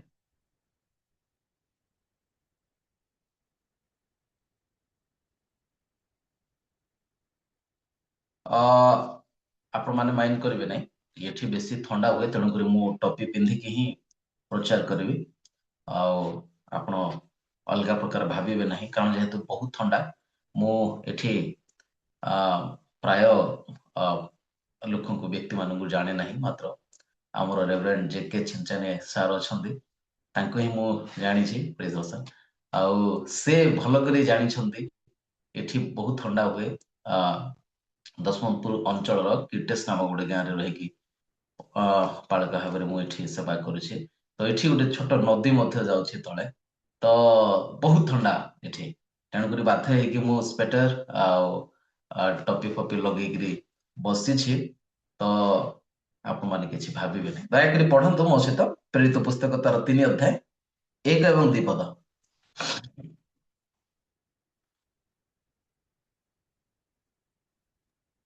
ପ୍ଲିଜ ସମନ୍। ଦିନେ ପ୍ରାର୍ଥନାର ନିର୍ଦ୍ଦିଷ୍ଟ ସମୟରେ ଅର୍ଥାତ୍ ଅପରାହ୍ନ 3 ଘଣ୍ଟା ବେଳେ ପିତର ଓ ଯୋହନ ମନ୍ଦିରକୁ ଯାଉଥିଲେ। ଏପରି ସମୟରେ ମାତୃଗର୍ଭରୁ ଖଞ୍ଜ ଜଣେ ଲୋକ ବୁହା ହୋଇ ଯାଉଥିଲା। ମନ୍ଦିରରେ ପ୍ରବେଶ କରୁଥିବା ଲୋକମାନଙ୍କ ଠାରୁ ଭିକ୍ଷା ମାଗିବା ନିମନ୍ତେ ଲୋକେ ତାକୁ ପ୍ରତିଦିନ ସେଥିର ସୁନ୍ଦର ନାମକ ଦ୍ୱାରରେ ରଖି ଦେଉଥିଲେ। Praise the lord. Thank you sister thank you ଦିଦି ଥ୍ୟାଙ୍କ ୟୁ। ବହୁତ ସୁନ୍ଦର ଭାବରେ ଆପଣ ଅଧ୍ୟୟନ କରିଛନ୍ତି। ତେବେ ଆମେ ଆଜିର ଅନୁଧ୍ୟାନ ନିମନ୍ତେ ଯୋଉ ଶାସ୍ତ୍ରାଂଶଟି ନେଇଛୁ ପ୍ରେରିତ 3 ଅଧ୍ୟାୟ ତାର କିଛି ଅଂଶକୁ ମୁଁ ଆପଣମାନଙ୍କ ସମ୍ମୁଖରେ ଉପସ୍ଥାପନା ବା ପରିବେଷଣ କରିବା ପାଇଁ ଇଚ୍ଛା କରୁଛି। ତ ଆମେ ଜାଣିଛୁ ପ୍ରେରିତ ପୁସ୍ତକ ଏହା ବୈଦ୍ୟ ଲୁକଙ୍କ ଦ୍ୱାରା ଲିଖିତ ଏବଂ ଏହା ସେ ହୁଏତ ଗୋଟେ ରମ୍ୟ ଅଫିସିଆଲ ମୋଷ୍ଟ ଏକ୍ସଲେଣ୍ଟ ଥିଓଫିଲଙ୍କ ନିକଟରେ ସେ ମାନେ ଏଇ ପୁସ୍ତକକୁ ସେ ଲେଖିଛନ୍ତି ଆଉ ଏଇ ପୁସ୍ତକର ନାମ ପ୍ରେରିତ ମାନଙ୍କର କାର୍ଯ୍ୟର ବିବରଣ ବୋଲି କୁହାଯାଏ ମାତ୍ର ପ୍ରକୃତରେ ଏ ପୁସ୍ତକ ପବିତ୍ର ଆତ୍ମାଙ୍କର କାର୍ଯ୍ୟାବଳୀ ଅଟେ। କାରଣ ଆମେ ପ୍ରେରିତ ପୁସ୍ତକ 1 ଅଧ୍ୟାୟ ଠାରୁ ଆରମ୍ଭ କରି ତାର ଶେଷ ଅଧ୍ୟାୟ ଅର୍ଥାତ୍ 28 ଅଧ୍ୟାୟ ପର୍ଯ୍ୟନ୍ତ ଯଦି ଆମେ ଧ୍ୟାନ କରୁ ପଢୁ ତାହେଲେ ଆମେ ଜାଣିପାରୁ ଯେ ସମ୍ପୂର୍ଣ୍ଣ ଭାବରେ ପବିତ୍ର ଆତ୍ମାଙ୍କର କାର୍ଯ୍ୟ ସକଳକୁ ଆମେ ସେ ସ୍ଥାନ ମଧ୍ୟରେ ବର୍ଣ୍ଣିତ ହେବାର ବା ଉଲ୍ଲେଖ କରାଯାଇଥିବାର ଆମେ ଦେଖିପାରୁ। କାରଣ ସମସ୍ତେ ଯାହା ବି କରନ୍ତି ସେ ସ୍ଥାନ ମଧ୍ୟରେ ଯେକୌଣସି ଘଟଣା ଗୁଡ଼ିକ ଘଟିତ ହୁଏ ସେ ସବୁ ବିଷୟ ପବିତ୍ର ଆତ୍ମାଙ୍କର ଶକ୍ତି ଚାଳନା ପ୍ରେରଣା ଦ୍ୱାରା ହୁଏ। ତେଣୁ ଏହା ପବିତ୍ର ଆତ୍ମାଙ୍କର କାର୍ଯ୍ୟର ବିବରଣୀ ଆକ୍ଚୁଆଲି ଯଦି ଆମେ ଦେଖିବା ପାଇଁ ଯିବା ପ୍ରଥମ ଅଧ୍ୟାୟରେ ଆମେ ଯଦି ଦେଖୁ ତାହେଲେ ପବିତ୍ର ଆତ୍ମାଙ୍କ ନିମନ୍ତେ ଯୋଉ ପ୍ରତିଜ୍ଞା ପ୍ରଭୁ ଯୀଶୁ ଖ୍ରୀଷ୍ଟ ମୃତ୍ୟୁବରଣ କରନ୍ତି ଅର୍ଥାତ୍ କ୍ରୁଶାର୍ପିତ ହୋଇ ସେ ସମାଧିସ୍ଥ ହୁଅନ୍ତି। ସମାଧିସ୍ଥ ପରେ ସେ ତୃତୀୟ ଦିନରେ ମୃତ୍ୟୁର ନାହୁଡକୁ ଭାଙ୍ଗି ଉଠନ୍ତି, ପୁନରୁତ୍ଥିତ ହୁଅନ୍ତି ଏବଂ ପ୍ରାୟ 40 ଦିନ ପର୍ଯ୍ୟନ୍ତ ନିସ୍ତାର ପର୍ବର ଦିନରେ ପ୍ରଭୁ ଯୀଶୁ ଖ୍ରୀଷ୍ଟଙ୍କୁ କ୍ରୁଶାର୍ପିତ କରାଯାଏ ଏବଂ ସେଇ ଦିନ ଠାରୁ ଆରମ୍ଭ କରି ତୃତୀୟ ଦିନରେ ସେ ଉଠନ୍ତି ଏବଂ ତୃତୀୟ ଦିନ ବା ସେଠୁ ମୃତ୍ୟୁ ଉଠିଲା ପରେ ସେ ପ୍ରାୟ 40 ଦିନ କାଳ ବିଭିନ୍ନ ମାଧ୍ୟମରେ ବିଭିନ୍ନ ଭାଗରେ ବିଭିନ୍ନ ସ୍ଥାନରେ ଆପଣା ଶିଷ୍ୟମାନଙ୍କ ନିକଟରେ ଆପଣଙ୍କୁ ସେ ପରିପ୍ରକାଶ କରନ୍ତି ଏବଂ ସେ ଆପଣା ସମ୍ବନ୍ଧରେ ଲିଖିତ ସମସ୍ତ ବ୍ୟବସ୍ଥା ପୁସ୍ତକରୁ ଏବଂ ଭାବବାଣୀ ପୁସ୍ତକରୁ ଯାହା ସବୁ ତାହାଙ୍କ ନିମନ୍ତେ ଲିଖିତ ଥାଏ ସେ ସବୁ ବିଷୟକୁ ସେମାନଙ୍କୁ ସେ ଜଣାନ୍ତି ଏବଂ ବିଭିନ୍ନ ମାଧ୍ୟମରେ ସେମାନଙ୍କୁ ଦର୍ଶନ ଦେଇ ସେ ଆପଣା ସମ୍ବନ୍ଧରେ ସେମାନଙ୍କୁ ଦୃଢ ସୁନିଶ୍ଚିତ କରନ୍ତି। ତାପରେ ସେ ସ୍ୱର୍ଗାରୋହଣ କରିବା ପୂର୍ବେ ଶିଷ୍ୟମାନଙ୍କୁ ସେ ଆହ୍ୱାନ କରନ୍ତି ଆଉ ସେ କହନ୍ତି 40ତମ ଦିନରେ ସେ ସ୍ୱର୍ଗାରୋହଣ କରିବା ପାଇଁ ଯେତେବେଳେ ସେ ଉଦ୍ୟତ ଥାନ୍ତି ସେ ସମୟରେ ଶିଷ୍ୟମାନଙ୍କୁ ଡାକି ଜିତ ପର୍ବତ ଉପରେ ଶିଷ୍ୟମାନଙ୍କୁ ଗୋଟିଏ ସମ୍ଭାଷଣ ଗୋଟିଏ ଶେଷ ମାନେ ପ୍ରତିଜ୍ଞା କରିକି ସେମାନଙ୍କୁ କହନ୍ତି ଯେ ଦେଖ ତୁମ୍ଭେ ମାନେ ଯୋଉ ପର୍ଯ୍ୟନ୍ତ ପବିତ୍ର ଆତ୍ମାକୁ ପାଇନାହ ସେ ପର୍ଯ୍ୟନ୍ତ ତୁମେ ଜେରୁସାଲେମକୁ ପରିତ୍ୟାଗ କରିବ ନାହିଁ। ଯେହେତୁ ଆମେ ଜାଣିପାରୁ ଦେଖିଥାଉ ଯେ ପ୍ରଭୁ ଯୀଶୁ ଖ୍ରୀଷ୍ଟ ଯେତେବେଳେ କ୍ରୁଶାର୍ପିତ ହେଲେ ତାଙ୍କୁ ଆରେଷ୍ଟ କରାଗଲା ଗେଥସେମନି ବଗିଚାରୁ, ଯେହେତୁ ଜିହୁଦା ତାଙ୍କୁ ବିକ୍ରୟ କରିଦିଅନ୍ତି ଏବଂ ସୈନ୍ୟମାନେ ଆସି ରମ୍ୟ ସୈନ୍ୟମାନେ ଆସି ତାଙ୍କୁ ଆରେଷ୍ଟ କରିକି ନେଇଯାଉଥିବା ସମୟରେ ମଧ୍ୟ ସମସ୍ତେ ଛିନ୍ନ ଭିନ୍ନ ଅବସ୍ଥାରେ ଯୀଶୁଙ୍କୁ ଛାଡି ସେମାନେ ଚାଲି ଯାଇଥାନ୍ତି। ଏପରିକି ପ୍ରଧାନ ଶିଷ୍ୟ ପିତର ମଧ୍ୟ ତାହାଙ୍କୁ ପରିତ୍ୟାଗ କରିଥିଲେ। ଯୋଉ ବ୍ୟକ୍ତି ବାରମ୍ବାର ତାହାଙ୍କୁ କନଫର୍ମ କରନ୍ତି, ବାରମ୍ବାର ତାଙ୍କୁ ମାନେ ପ୍ରମିସ ପ୍ରତିଶ୍ରୁତି ଦିଅନ୍ତି, ବାରମ୍ବାର ସେ ତାହାଙ୍କୁ ରକ୍ଷା କରିବେ, ତାହାଙ୍କୁ ଉଦ୍ଧାର କରିବେ ଏବଂ ତାଙ୍କର ସପକ୍ଷରେ ଲଢିବେ ଆଉ ସେଇ କଥା କହିବା ବ୍ୟକ୍ତି ମଧ୍ୟ ଯେ କି ଅତି ଚଞ୍ଚଳ ଆଉ ସବୁବେଳେ ଉଦ୍ବେଗ ଆଉ ଯୋଉ ବ୍ୟକ୍ତି ଅତି ତତ୍ପର ସେ ବ୍ୟକ୍ତି ମଧ୍ୟ ଅତି ଉଦ୍ଯୋଗ ବ୍ୟକ୍ତି ମଧ୍ୟ ତାହାଙ୍କୁ ଛାଡିକି ଚାଲି ଯାଇଥିଲେ ଆମେ ଜାଣିଛୁ। ଏଣୁକରି ପ୍ରଭୁ ଯୀଶୁ ଖ୍ରୀଷ୍ଟ ଜାଣିଥିଲେ ଯେ ପବିତ୍ର ଆତ୍ମାଙ୍କର ବିନା ଏମାନେ ମୋର ସାକ୍ଷୀ ହୋଇପାରିବେ ନାହିଁ। ଏଣୁକରି ସେ ଗୋଟେ କଥା କହିଲେ, ଦେଖ ପବିତ୍ର ଆତ୍ମା ଯୋଉ ପର୍ଯ୍ୟନ୍ତ ତୁମାନଙ୍କ ଉପରେ ଆସିନାହାନ୍ତି ଜେରୁସାଲେମରେ ତୁମେ ଅପେକ୍ଷା କର। ଯେହେତୁ ସେମାନେ ଭୟଭୀତ ଅବସ୍ଥାରେ ଥିଲେ ଏବଂ ଯୀଶୁଙ୍କୁ ଯେ ପ୍ରକାର ମାନେ ପ୍ରତିଫଳ ଦିଆଗଲା ବା ଯୀଶୁଙ୍କୁ ଯେ ପ୍ରକାର ଦଣ୍ଡ ଦିଆଗଲା ଏମାନେ ବି ଭାବିଲେ ଯେ ଆମକୁ ମଧ୍ୟ ସେ ପ୍ରକାର ହୁଏତ ଆମମାନଙ୍କର ପରିଣାମ ବି ସେ ପ୍ରକାର ହେଇପାରେ। ତେଣୁକରି ସେମାନେ ଛିନ୍ନ ଭିନ୍ନ ଅବସ୍ଥାରେ ଥିଲେ, ଭୟଭୀତ ତ୍ରାସଯୁକ୍ତ ଅବସ୍ଥାରେ, ଆଶଙ୍କା ମଧ୍ୟରେ ଉଦ୍ବିଗ୍ନ ଭାବରେ ସେମାନେ ରହିଥିବା ଅବସ୍ଥାରେ ପ୍ରଭୁ ଏଇ କଥା ତାଙ୍କୁ କହିଥିଲେ ତୁମେ ଅପେକ୍ଷା କର, କାରଣ ପବିତ୍ର ଆତ୍ମା ତୁମମାନଙ୍କୁ 8 ପଦ ଲେଖାଯାଏ ଅତଏବ କିନ୍ତୁ ପବିତ୍ର ଆତ୍ମା ତୁମମାନଙ୍କ ଉପରେ ଅବତରଣ କରନ୍ତେ ତୁମେ ମାନେ ଶକ୍ତି ପ୍ରାପ୍ତ ହେବ। ଆଉ ତାପରେ ଜେରୁସାଲେମ, ଜିହୁଦା ପ୍ରଦେଶ, ସମୀରଣ ଓ ପୃଥିବୀର ପ୍ରାନ୍ତ ପର୍ଯ୍ୟନ୍ତ ତୁମମାନେ ମୋର ସାକ୍ଷୀ ହେବ। ଆଉ ପବିତ୍ର ଆତ୍ମାଙ୍କର ବିନା ଆମେ କୌଣସି ପ୍ରକାର ତାଙ୍କର ସାକ୍ଷୀ ହେଇପାରିବା ନାହିଁ, କାରଣ ପବିତ୍ର ଆତ୍ମା ତାହା ଭୟାଳୁ ଆତ୍ମା ଭୀରୁତାର ଆତ୍ମା ପ୍ରଭୁ ଆମମାନଙ୍କୁ ଦେଇନାହାନ୍ତି। ତିମୋଥୀ ଲେଖନ୍ତିନି ତାର 1:7 ଭିତରେ ଲେଖାଯାଏ ଯେ ଆମ୍ଭେ ମାନେ ଭୀରୁତାର ଆତ୍ମା ପାଇନାହୁଁ କିନ୍ତୁ ସାହସର ଆତ୍ମା, ସୁବୁଦ୍ଧିର ଆତ୍ମା ଆମେ ପାଇଅଛୁ। ଏଣୁକରି ଜ୍ଞାନର ଆତ୍ମା ଏବଂ ଶୃଙ୍ଖଳିତ ଆତ୍ମା ଆମେ ପ୍ରଭୁଙ୍କ ଠାରୁ ପାଇଅଛୁ। ଆଉ ଯୋଉ ଆତ୍ମା ପାଇଲା ପରେ ମନୁଷ୍ୟ କୌଣସି ପରିସ୍ଥିତିକୁ ଭୟ କରେ ନାହିଁ, କୌଣସି ବ୍ୟକ୍ତି ବିଶେଷକୁ ଭୟ କରେ ନାହିଁ, କୌଣସି ସ୍ଥାନକୁ ଭୟ କରେ ନାହିଁ, ସେ ପ୍ରଭୁଙ୍କର ନିମନ୍ତେ ସେ ସାକ୍ଷୀ ଉଠାଏ। ତାପରେ ଆମେ ଦେଖୁଛୁ ଯୀଶୁଙ୍କର ସ୍ୱର୍ଗାରୋହଣ ହୁଏ ଏବଂ ତାପରେ ଯେହେତୁ ଶିଷ୍ୟମାନଙ୍କ ମଧ୍ୟରୁ ଜଣେ ଶିଷ୍ୟ ଯେ କି ପ୍ରାରମ୍ଭ ଠାରୁ ସେ ଶେଷ ପର୍ଯ୍ୟନ୍ତ ମୃତ୍ୟୁବରଣ କରିବା ପର୍ଯ୍ୟନ୍ତ ସେ ଅବିଶ୍ୱସ୍ତ ଥିଲେ ଏବଂ ତାଙ୍କର ନାମ ଥିଲା ଯୀଶୁଙ୍କ ସହିତ ରହିବା ସତ୍ତ୍ୱେ ମଧ୍ୟ ସେ ବ୍ୟକ୍ତି ପାପରେ ଲିପ୍ତ ଥିଲେ।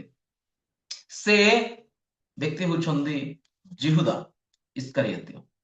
ଆଉ ସେ ବ୍ୟକ୍ତି ବିନାଶ ପ୍ରାପ୍ତ ହୁଅନ୍ତି, ସେ ଯୀଶୁକୁ ବିକ୍ରୟ କରିଦିଅନ୍ତି ଆଉ ସେଇଟା ତାକୁ ଏତେ କନଭିକ୍ଟ କରେ ଆଉ ମାନେ ସେ ନିଜକୁ ମାନେ ଦୋଷୀ ମନେ କରି ଆଉ ସେ ତହିଁରୁ ମୁକ୍ତି ପାଇପାରିବେ ନାହିଁ ଏଇଟା ଭାବି ଶୈତାନର ମାନେ ପ୍ରରୋଚନାରେ ପଡି ପ୍ରवर्ତ୍ତନରେ ପଡି ସେ କଣ କରନ୍ତି ସେ ଆତ୍ମହତ୍ୟା କରନ୍ତି ମାନେ ସୁଇସାଇଡ ମାନେ ଆଟେମ୍ପ୍ଟ କରନ୍ତି ଫାଶୀ ଦେଇ ନିଜକୁ ମାନେ ବେକରେ ଦୌଡ଼ି ଦେଇକି ସେ ଆତ୍ମହତ୍ୟା କରନ୍ତି ଆମେ ଜାଣିଛୁ ତ ତାଙ୍କ ସ୍ଥାନ ପୂରଣ କରିବା ନିମନ୍ତେ ଗୁଳିବାଣ୍ଟ ହୁଏ ଏବଂ ମଧ୍ୟଙ୍କ ନାମରେ ଆସେ ଆଉ ମଧ୍ୟ 12 ଜଣ ଶିଷ୍ୟ ମାନଙ୍କ ମଧ୍ୟରେ ସ୍ଥାନ ପାଆନ୍ତି ଆଉ ଦ୍ୱିତୀୟ ଅଧ୍ୟାୟରେ ଯେତେବେଳେ ଆସୁ ସେଇ ଦିନଟା ପଡେ ପେଣ୍ଟିକଷ୍ଟ ଦିବସ ନିସ୍ତାର ପର୍ବ ଠାରୁ ଆରମ୍ଭ କରି ଯୋଉ ମାନେ ଯୀଶୁଙ୍କର ମୃତ୍ୟୁବରଣର ଠାରୁ ଆରମ୍ଭ କରି ଯୋଉ 50ତମ ଦିନ ଯେହେତୁ ପ୍ରଭୁ ଯୀଶୁ ଖ୍ରୀଷ୍ଟ 40ତମ ଦିନରେ ସେ ସ୍ୱର୍ଗାରୋହଣ କଲେ ଆଉ ଶିଷ୍ୟମାନଙ୍କୁ ପ୍ରତିଜ୍ଞା କରି କହିଥିଲେ ପ୍ରାୟ 120 ଜଣ ଶିଷ୍ୟ ସେମାନଙ୍କର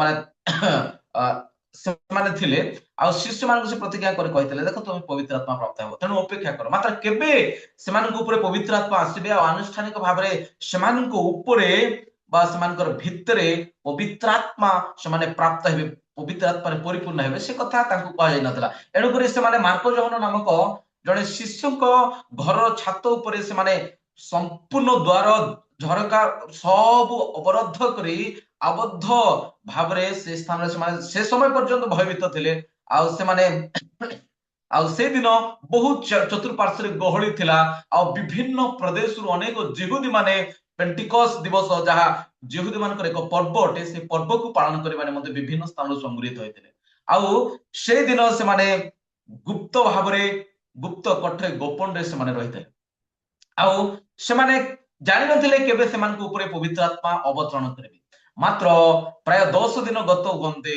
ପେଣ୍ଟିକୋଷ୍ଟ ଦିବସ ଯାହା 50ତମ ଦିନ ଏକ ପର୍ବ ସେଇ ଦିନରେ ଆନୁଷ୍ଠାନିକ ଭାବରେ ପବିତ୍ର ଆତ୍ମା ଯାହା ପ୍ରଭୁ ଯୀଶୁ ଖ୍ରୀଷ୍ଟ ପ୍ରତିଜ୍ଞା କରିଥିଲେ ଆଉ ଯାହା ଜୟେଲଙ୍କ ପୁସ୍ତକ 2:28 ପଦ ଅନୁସାରେ ଯୋଉ ପ୍ରତିଜ୍ଞା କରାଯାଇଥିଲା ସେ ପ୍ରତିଜ୍ଞାର ସଫଳ ନିମନ୍ତେ ପବିତ୍ର ଆତ୍ମା ସେ 120 ଜଣଙ୍କ ଉପରେ ଆନୁଷ୍ଠାନିକ ଭାବରେ ଅଗ୍ନିର ଜିହ୍ବା ସ୍ୱରୂପେ ସେମାନଙ୍କ ଉପରେ ଅଧିଷ୍ଠିତ ଆଉ ସେ ସମୟରେ ପ୍ରାୟ 16 ଗୋଟି ଭାଷାରେ ସେମାନେ କଥା କହିବା ପାଇଁ ଆରମ୍ଭ କଲେ ଯେହେତୁ ସେଠି ଲେଖା ହେଇଛି ପ୍ରାୟ 16 ଗୋଟି ପ୍ରଦେଶର ଲୋକମାନେ ସେମାନେ ନିଜ ନିଜ ଭାଷାକୁ ଶୁଣି ଆଶ୍ଚର୍ଯ୍ୟଜନିତ ହେଲେ ବୋଲି ସେମାନେ ଶୁଣିଲେ ଆଚମ୍ବିତ ହେଲେ ସେମାନେ ହତବୁଦ୍ଧି ହେଲେ ପରସ୍ପର କହିବାକୁ ଲାଗିଲେ ଏହାର ଅର୍ଥ କଣ କିନ୍ତୁ ଅନ୍ୟମାନେ ସେଠି ଆମେ ଦେଖିପାରୁ ତ ସେ ପ୍ରକାର ପ୍ରାୟ 16 ଗୋଟି ଭାଷା ତାପରେ ଆମେ ଜଣେ ବକ୍ତାଙ୍କର ପ୍ରଚାରକୁ ଶୁଣିଥାଉ ଆଉ ସେ ହଉଛନ୍ତି ପ୍ରଧାନ ମୁଖ୍ୟ ବକ୍ତା ସେଦିନ ଆଉ ତାଙ୍କର ନାଁ ହଉଛି ପିତର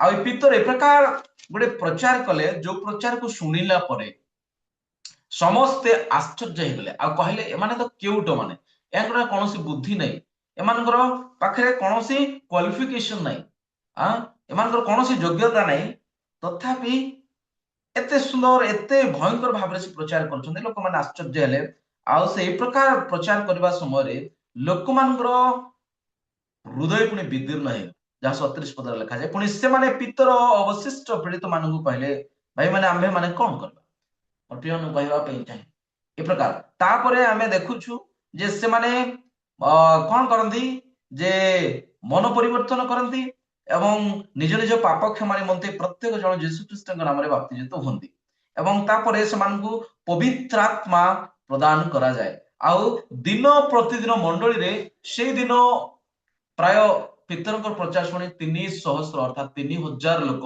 ଗୋଟିଏ ଦିନରେ ବାପ୍ତିଜିତ ହୁଅନ୍ତି ଏ ପ୍ରକାର ପ୍ରଚାର ଥିଲା ଆଉ ସେମାନେ ପ୍ରଭାବିତ ହୁଅନ୍ତି ଏବଂ ସେମାନେ ପରିବର୍ତ୍ତିତ ହୁଅନ୍ତି ରକ୍ଷା ପ୍ରାପ୍ତ ହେଇଯାଆନ୍ତି କୁଟିଳ ବଂଶ ଠାରୁ ସେମାନେ ରକ୍ଷା ପ୍ରାପ୍ତ ହୁଅନ୍ତି ଏବଂ ମଣ୍ଡଳୀ ପ୍ରାୟ 300 ଲୋକ ସଂଯୁକ୍ତ ହୁଅନ୍ତି ତାପରେ ଆମେ ଦେଖୁ ବିଶ୍ୱାସୀ ମାନଙ୍କର ସହଭାଗିତା ଯାହା କେମିତି ରହିବା ଦରକାର ମଣ୍ଡଳୀ ମଧ୍ୟରେ ବିଶ୍ୱାସୀ ମାନଙ୍କର ସହଭାଗିତା ମଣ୍ଡଳୀର ଗୋଟେ ସହଭାଗିତାର ମାନେ ଗୋଟେ ପ୍ରଣାଳୀ ବା ଗୋଟେ ନମୁନା ଆମେ ସେ ସ୍ଥାନରେ ଆମେ ଦେଖିଥାଉ ମଣ୍ଡଳୀର ସହଭାଗିତା କେମିତି ହେବା ଦରକାର କାରଣ ଆମେ ଦେଖୁଛୁ ପ୍ରେରିତ ମାନଙ୍କ ଶିକ୍ଷାରେ ସହଭାଗିତାରେ ରୋଟି ଭାଙ୍ଗିବାରେ ପ୍ରାର୍ଥନା କରିବାରେ ସେମାନେ ନିବିଷ୍ଟ ଚିତ୍ତ ଥିଲେ ମଧ୍ୟ ଆମେ ଦେଖୁ ଅଦ୍ଭୁତ କର୍ମ ଲକ୍ଷଣ ଗୁଡିକ ସେ ସ୍ଥାନ ମଧ୍ୟରେ ସାଧିତ ହଉଥାଏ ଏବଂ ସମସ୍ତେ ନିଜ ନିଜର ସମ୍ପତ୍ତିକୁ ସର୍ବସାଧାରଣ ଭାବରେ ସେମାନେ ଗ୍ରହଣ କରନ୍ତି କମନ ନ୍ୟୁଜ ସବୁ କିଛି କମନ ନ୍ୟୁଜ ହୁଏ ଯେ ଯୋଉଠି ଗଲା ଯାହା ଘରେ ଗଲା ଯାହା ବି କାଢି ଖାଇ ପାରିଲା ଯାହା ବି ତୋଳି ଖାଇ ପାରିଲା ମାନେ ସବୁ ଜିନିଷକୁ ସେମାନେ କମନ ୟୁଜ କରୁଥିଲେ ସେମାନେ କହୁନଥିଲେ ଯେ ଏଇଟା ମୋର ଏଇଟା ତୋର ଏମିତି ସେମାନଙ୍କର ବିଭାଜନ ନଥିଲା ମତଭେଦ ନଥିଲା ସେମାନଙ୍କ ମଧ୍ୟରେ ପାତ୍ର ଅନ୍ତର ନଥିଲା ସେମାନଙ୍କ ମଧ୍ୟରେ ଈର୍ଷା ହିଂସା ନଥିଲା ମୋ ପ୍ରିୟମାନଙ୍କୁ କହିବା ପାଇଁ एटा सहभागिता एटा कहा जाय सहभागिता हला सब जिंसर सहभागिता करबा सह विश्वासी मानंगु सह पड़ोसी मानंगु आ मंडली प्रत्येक कारण आमे प्रत्येक एक अंग अटु ख्रीष्टन को शरीर अंग प्रत्येक गुडी कटु आ ख्रीष्ट अंभ मानकर मस्तक अटु मंडली मस्तक से अटु मोर प्रिय मन कहबा पई जे मंडली सहभागिता ए प्रकार हवा दरकार रहिछि आउ सेमाने ए प्रकार चिन्ह अद्भुत लक्षण गुडी साधित होताए आ ए प्रकार गुडी रिवाइवल जहा आसेतला एनु करी लोक माने कोन कर देले जे प्रभु को गुडी प्रतिज्ञा मिथिला जे प्रभु अति शीघ्र आगमन करिवे आ सेमानंगु नै जिवे आ से स्थान प्रस्तुत करबा निमंते जाइछन्ते अति शीघ्र से आसीबे नै जिवे से विश्वास रे सेमाने प्रत्येक दिन रहउतले एनु करी सेमाने निजर संपत्ति और अधिक विक्रय करी सेमाने कोन करथले भूमि जमी जहा घर द्वार जहा अधिक अधिक जो मानकर थिला सेमाने अधा अधा विक्रय कर देकी सेमाने मंडलीर बा ईश्वरଙ୍କର धार्मिकतार आउ राज्यर वृद्धि निमंते आनी प्रेरित मानकर पाद तळे थई धन संपत्ति गुडी को प्रेरित मानकर पाद तळे दउ प्रेज द लॉर्ड हमें देखुछु आ सेमाने समस्तଙ୍କର प्रिय पात्र होतले प्रभु परित्राण प्राप्त होतबा लोक मान प्रतिदिन मंडली सहित संयुक्त मंडली वृद्धि पाउथला आ ए प्रकार सहभागिता जदि हुए मंडली निहाती भाबरे वृद्धि प्राप्त हेबो निहाती भाबरे मंडली वृद्धि प्राप्त हेबो जो गां रे प्रकार सहभागिता हुए जो मंडली रे ए प्रकार सहभागिता हो जो परिवार रे ए प्रकार सहभागिता गुडी हेबो आउ सेठी उद्दीपना आसीबाटा आसीबो लोक माने परिवर्तन हेबे लोक माने उद्धार प्राप्त हेबे लोक माने मंडली रे वृद्धि प्राप्त हेबे हमें देखिता आ तापरे हमें तृतीय अध्याय को आसी आ तृतीय अध्याय रो किछि विषय को आपन मान को कहि अल्प समय मु आपन मान को उत्साह देबा प्रभु पवित्र आत्मा स्वयं मान थाकंतु एवं से मान को किछि विषय को बुझु बुझु जे प्रकार हमें मध्य प्रभु रे जे प्रकार शक्ति युक्त हो परिवर्तित हो उन्नति प्राप्त हो सेत पई से साहस कर तापर हमें देखुछु दिने निर्दिष्ट प्रार्थनार निर्दिष्ट समय आ सेटा 3 घंटा समय रे मंदिर मध्य रे गोटे प्रार्थनार समय थला आ ताहा निर्धारण करा जायथा आ से समय रे के जाउछन्ती बोले लिखा होची पितर और जहन जाकब को भाई जहन जाकब जहन एवं पितर एमाने प्राय यीशुଙ୍କର मुख्य घटनावली रे माने संपृक्त थिले ओ माने उपस्थित थिले एमाने चाक्षुष साक्षी अटंती प्राय समय मात्र तथापि एमानक मध्यरे शिष्य मानक मध्यरे पवित्र आत्मा ग्रहण करिबा पूर्वे एमानक मध्यरे बिल्कुल मध्य पडु नथिला एमाने मिलित भाबरे नथिले सांगरे थिले मात्र सेमानकर एक मन नथिला एक चित्त नथिला एमाने बहुत विभाजित थिले बहुत परस्पर दूर रहिला परे रहउतले आ एमानकर भितरे बहुत ईर्ष्या बहुत तुलनात्मक विषय गुडी कथला से माने तुलना करंती परस्पर के मुख्य के प्रधान के श्रेष्ठ ए विषय गुडी को सेमान को मध्यरे थिला मात्र जेते बेले 3 अध्याय आसे पवित्र आत्मा 2 अध्याय प्राप्त करंती एवं 3 अध्याय आसिला बेलकू पितर एवं जहन एकत्र नै कि दुई जण एक भावापन्न न हेले एकत्र न हेले से माने कोनोसी प्रकारे गमन करि परिबे नै कि ज्ञानी सलोमन लेखन दुई जण एकत्र न हेले केबे जाई परिबे दुई जण सेवा कार्य मध्ये दुई जण जीवाटा बहुत भलो विषय कारण एक जण चालिबा समय भी देखन हमर जीवन यात्रा रे भी देखन दुई जण स्वामी स्त्री ही पारंती दि भाई ही पारंती दि भौणी ही पारंती दि बंधु ही पारंती एकत्र से माने जदि सेवा कार्य को जिवे कोनोसी स्थान को जिवे ताले एक जण पढिले आ जणे उठे दुई जण रहबा दरकार प्रभु यीशु ख्रीष्ट दुई जण करके प्रेरणा कले 70 जण शिष्य मान को पठेला समय मध्ये आमे देखुछु दुई जण करके से पठेले मोर पे माने एटा बहुत भलो गोटे सेवा कार्य रे एक माने प्रिंसिपल बोलबा कथा तो आमे देखुछु एठी दुई जण पितर जण एबे आ सेमानकर भितरे कोनोसी विभाजन नै मतभेद नै ईर्ष्या नै तुलना नै कारण परस्पर को श्रेष्ठ ज्ञान करिवार शिखि गलेनी आउ दुई जण जे कोनोसी विषय एक होई कि मागिबे प्रभु यीशु माने स्वर्ग समान को निमंते उत्तर दब स्वर्ग समान को निमंते उन्मुक्त हो जाए स्वर्ग समान को निमंते आश्चर्य विषय बोले आसे आमे जानि छु नै कि माथ्यू 8 अध्याय 18 अध्याय लिखा जाउची ଯେକୌଣସି ଦୁଇ ଜଣ ଯେକୌଣସି ବିଷୟରେ ଏକ ଭାବପୂର୍ଣ୍ଣ ହେଇକି ମାଗିବେ, ଏକଚିତ୍ତରେ ମାଗିବେ, ସେମାନଙ୍କ ନିମନ୍ତେ ତାହା ସାଧିତ ହେବ। ପ୍ରଭୁ ତାହା କରିବେ। ବହୁ ସମୟରେ ଏକଚିତ, ଆପଣ ବିଶ୍ୱାସ କରିବେନି, ଏକ ଅଧ୍ୟାୟ ପଢିଲେ ଜାଣିବେ, ତାର 15 ପଦରେ ଲେଖା ଅଛି। ହଁ, ଆମେ ଯଦି ପଢିବା 14 ପଦ, ଏକ ଅଧ୍ୟାୟ 14 ପଦ, ସେମାନେ 120 ଜଣ ଥିଲେ, ମାତ୍ର ସେମାନେ ଏକଚିତ ଥିଲେ, ଏକ ଭାବାପନ୍ନ। ଆମେ 5 ଲୋକ ବସିଲେ, 3 ଲୋକ ବସିଲେ କି 2 ଲୋକ ବସିଲେ ମଧ୍ୟ ଆମର ଏକ ଭାବନା ନଥିବ, ଏକଚିତ ନଥିବ। ମାତ୍ର ସେଦିନ 120 ଜଣ ଥିଲେ, ମାତ୍ର ସମସ୍ତଙ୍କର ଏକ ମନ, ଏକ ଭାବ ଥିଲା, ଏକଚିତ, ଏକାଗ୍ରତାର ସହିତ ସେମାନେ ରହିଥିଲେ। ତେଣୁକରି ସେମାନଙ୍କ ମଧ୍ୟରେ ବିଭିନ୍ନ ଆଶ୍ଚର୍ଯ୍ୟ ଅଦ୍ଭୁତ ବିଷୟ ଗୁଡିକ ସାଧିତ ହେବା ପାଇଁ ଲାଗିଲା। ମୋର ପ୍ରିୟ କହିବା ପାଇଁ ଚାହେଁ, ଏଠି ଆମେ ଦେଖୁଛୁ ଯେ ନିର୍ଦ୍ଦିଷ୍ଟ ପ୍ରାର୍ଥନା ନିର୍ଦ୍ଦିଷ୍ଟ ସମୟ ଅର୍ଥାତ୍ ଅପରାହ୍ନ 3 ଘଣ୍ଟା ବେଳେ ପିତର ଆଉ ଜହନ ମନ୍ଦିର ଆଡକୁ ଯାଉଛନ୍ତି। ଆଉ ଏଇଟା ଏମିତି ସେମିତି ମନ୍ଦିର ନାହିଁ, ଏଇଟା ସଦାପ୍ରଭୁଙ୍କର ମନ୍ଦିର ଅଟେ। ଜେରୁସାଲେମ ଏହା ସଦାପ୍ରଭୁଙ୍କର ମନ୍ଦିର ଅଟେ, ଆଉ ଏହା ପବିତ୍ର ଅଟେ, ମନ୍ଦିର ପବିତ୍ର ଅଟେ। ଆମେ ଜାଣିଛୁ ଏଠି କୌଣସି ମୂର୍ତ୍ତି ରଖାଯାଏ ନାହିଁ, କି ଏଠି କୌଣସି ପ୍ରକାର ନାଇଁ କି ଅଲଗା ପ୍ରକାର କୀର୍ତ୍ତନ ହୁଏ ନାହିଁ। ଏ ମନ୍ଦିର ସଦାପ୍ରଭୁଙ୍କର ମନ୍ଦିର ଅଟେ, ତାଙ୍କର ଉପସ୍ଥିତିକୁ ଯିବାଟା ବି ସହଜ ସାଧ୍ୟ ନୁହେଁ।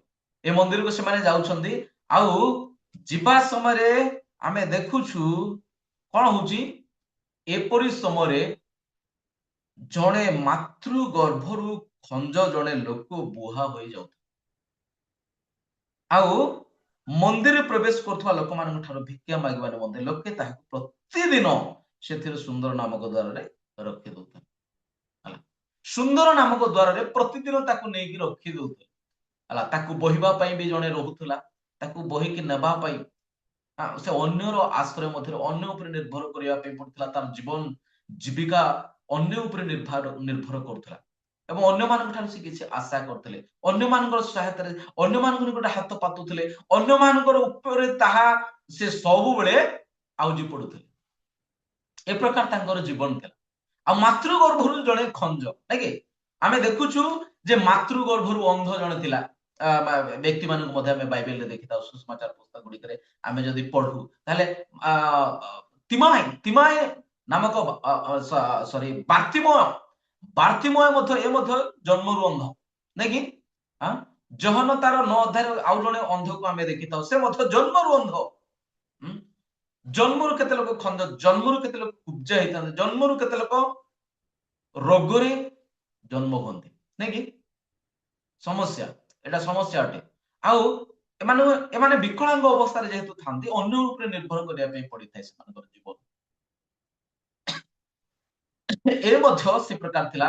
ଆଉ ଏ ପ୍ରକାର ଲୋକମାନଙ୍କୁ ଭିକ୍ଷା ମାଗିବା ନିମନ୍ତେ ମନ୍ଦିର କଢରେ ବା ଗହଳି ଛକ ସ୍ଥାନ ମାନଙ୍କରେ ରଖାଯାଏ, ଆମେ ଜାଣିଛୁ, ନାଇଁ କି ଭାରତ ବର୍ଷରେ ବହୁତ ଏମିତି ହୁଏ। ଭିକ ମାଗିବା ପାଇଁ ତ ଲୋକମାନଙ୍କୁ, ଛୋଟ ଛୋଟ ପିଲାମାନଙ୍କୁ କିଡନାପ କରିକି ବହୁତ ସ୍ଥାନରେ କଣ କରାଯାଏ, ସେମାନଙ୍କର ଆଖିକୁ ଫୁଡାଯାଏ। ଆଉ ସେମାନଙ୍କୁ କୋଉଟା ମାନେ ବିଭିନ୍ନ ପ୍ରକାର ସେମାନଙ୍କୁ ବିକଳାଙ୍ଗ କରିକି ଭିକ୍ଷା ବୃତ୍ତି କରାଇବା ପାଇଁ ବିଭିନ୍ନ ପ୍ରକାର ଏଠି ଷଡ଼ଯନ୍ତ୍ର କରାଯାଉଛି। ବିଭିନ୍ନ ସ୍ଥାନ, ବଡ ବଡ ସିଟି ଗୁଡିକରେ ଯଦି ମାନେ ଜନ୍ମରୁ ଖଞ୍ଜ ବ୍ୟକ୍ତିକୁ ଆମେ ଦେଖୁଛୁ, ଯୋଉ ବ୍ୟକ୍ତି ଅନ୍ୟ ଉପରେ ନିର୍ଭର କରୁଥିଲା, ଆଉ ତାକୁ କୋଉଠି ପ୍ରତିଦିନ ରଖାଯାଉଥିଲା, ସୁନ୍ଦର ନାମକ ଦ୍ୱାର। ଆଉ ଏ ଦ୍ୱାର ଜେରୁସାଲେମର 12 ଗୋଟି ଦ୍ୱାର ମଧ୍ୟରୁ, ଜେରୁସାଲେମର ପ୍ରାଚୀର ଅଛି, ଆଉ ପ୍ରାଚୀରର ଗୋଟିଏ ଭାଗରେ ସୁନ୍ଦର ନାମକ ଦ୍ୱାର ଅଛି ଗୋଟିଏ ଦିଗରେ, ଆଉ ପ୍ରାୟ 12 ଗୋଟି ଦ୍ୱାର ଚତୁଃପାର୍ଶ୍ୱରେ, ଚତୁର୍ଦିଗରେ ଯଦି ଦେଖୁ 12 ଗୋଟି ଦ୍ୱାରକୁ ଆମେ ଦେଖିଥାଉ, ନାଇଁ କି ଜାଫ ଦ୍ୱାର, ହେରୋଦଙ୍କର ଦ୍ୱାର, ମେଷ ଦ୍ୱାର, ଆଉ ପିଲାତଙ୍କର ଦ୍ୱାର, ଆଉ ବିଭିନ୍ନ ପ୍ରକାର ଦ୍ୱାର ଗୁଡିକ ଅଛି, ଯାହା ନିମିଆରେ ଆମେ ଯଦି ପଢୁ, ତାହେଲେ ଆମେ ସେଠି ଜାଣିପାରୁ 12 ଗୋଟି ଦ୍ୱାର ଅଛି। ଆଉ 12 ଗୋଷ୍ଠୀ, 12 ନମ୍ବର ମଧ୍ୟ ଗୋଟେ ବିଶେଷ ଭୂମିକା ବା ତାର ଗୋଟେ ତାତ୍ପର୍ଯ୍ୟ ରହିଛି ବାଇବେଲ ମଧ୍ୟରେ, ନାଇଁ କି 12 ନମ୍ବର, 12 ଗୋଷ୍ଠୀ, 12 ପୁତ୍ର ଯାକୋବଙ୍କର, ଏବଂ 12 ଶିଷ୍ୟ, ଏ ପ୍ରକାର 12 ଆମେ ଦେଖିଥାଉ। ଏଠି ମଧ୍ୟ ଦେଖୁଛୁ ଯେ ସୁନ୍ଦର ନାମକ ଦ୍ୱାରରେ ତାହାକୁ ରଖାଯାଉଥିଲା।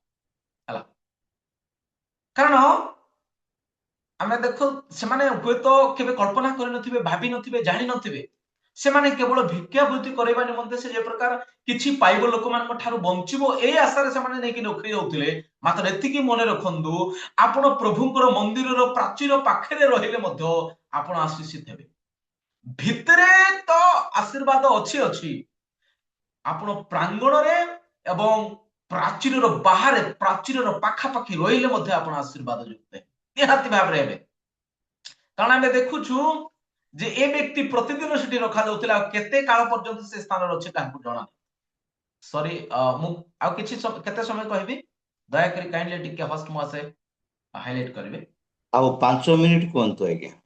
Okay, thank you. ଆକ୍ଚୁଆଲି କହିବାକୁ ଗଲେ ମୋର ପ୍ରସଙ୍ଗ ଏବେ ହିଁ ଆରମ୍ଭ ହେଇଛି ବୋଲି କହିଲେ ଚଳେ। କାହିଁକି ଜଷ୍ଟ ଗୋଟେ ବେଷ୍ଟ ଆପଣମାନଙ୍କର ଗୋଟେ ଫାଉଣ୍ଡେସନ ହିଁ ମୁଁ ରଖିବା ପାଇଁ ଚେଷ୍ଟା କରିଥିଲି। ଆଉ ସମୟ ଯେହେତୁ ବହୁତ ଗଢି ଚାଲିଛି, ସମୟ ତ କାହାକୁ ଅପେକ୍ଷା କରେ ନାହିଁ, କରେ ନାହିଁ, କାହାକୁ ଅପେକ୍ଷା କରେ ନାହିଁ। ତେଣୁ ସମୟର ସଦ୍ବ୍ୟବହାର କରିବା ବି ନିହାତି ଦରକାର।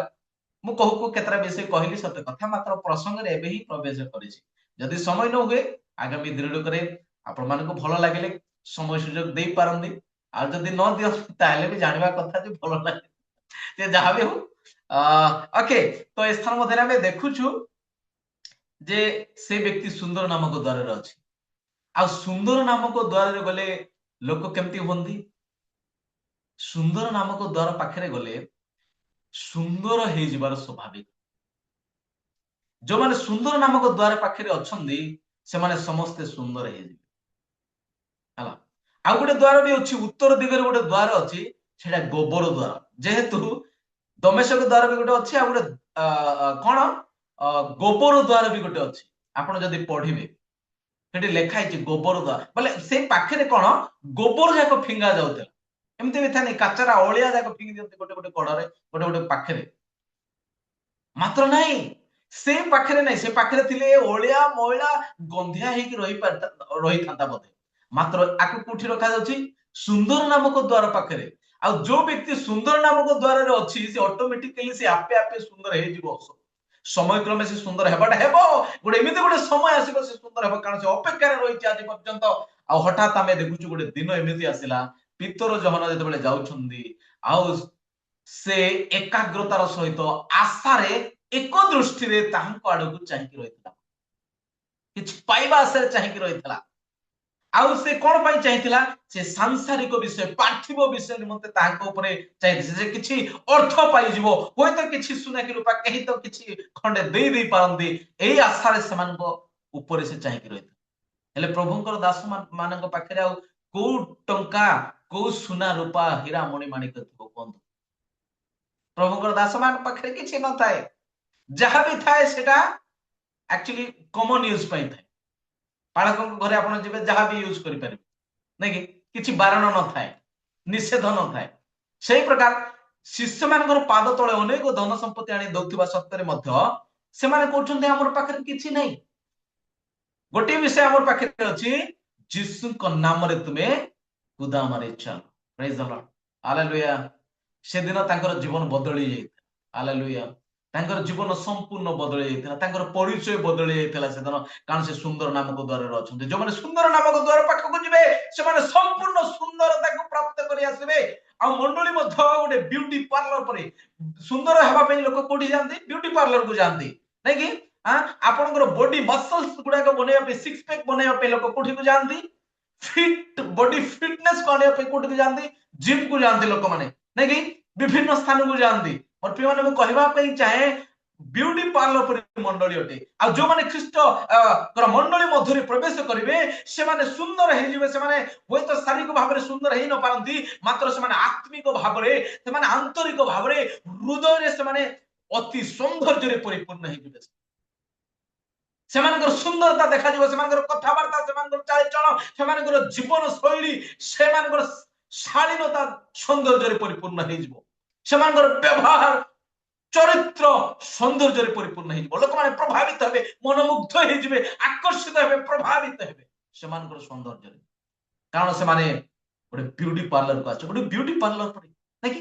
ବିୟୁଟି ପାର୍ଲର ପଶିଗଲେ ବର କନ୍ୟାକୁ ସାଧାରଣତଃ ଯେମିତି ସଜାଯାଏ, ସେମାନେ ଯେମିତି ବି ଥାନ୍ତୁ, ସେମାନଙ୍କୁ ଏମିତି ଅଶ୍ଳୀଳ ଭାବରେ ଦେଖିବେ ଗୋଟେ କିଏ ପରି, ମାତ୍ର ଯେମିତି ସେ ଭିତରେ ପଶିବେ, ବାହାରିଲା ବେଳକୁ ଆପଣ कन्फ्यूज हे व्यक्ति से ना किए कहला नहीं कि एते बर कन्यार भाई भौणी तो कहवाकू नहीं से माने सते बर कन्या पर हे जाइथिबे एते सज्जित थिबे कारण ब्यूटी पार्लर कमा और फिर हम कहवा पई चाहे जो माने जानती से विभिन्न प्रकार क्रीम विभिन्न प्रकार लोशन विभिन्न प्रकार कॉस्मेटिक देगी से पूरा फेयर रैंड एंड लवली कहा जाए से नहीं कि फेयर देखा जाते पूरा ब्यूटी देखा जाते सेमती एक मंडली भितर गले से वाक्य द्वारा कौन करा जाए नुआ करा जाए पवित्र करा जाए परिष्कार करा जाए सफा करा जाए से सुंदर करा जाए पवित्र आत्मा सुंदर कर दियंती वाक्यर माध्यम हालेलुया और प्रिय मान कहवा पाए जे आपण सुंदर नामक द्वार मध्य अच्छे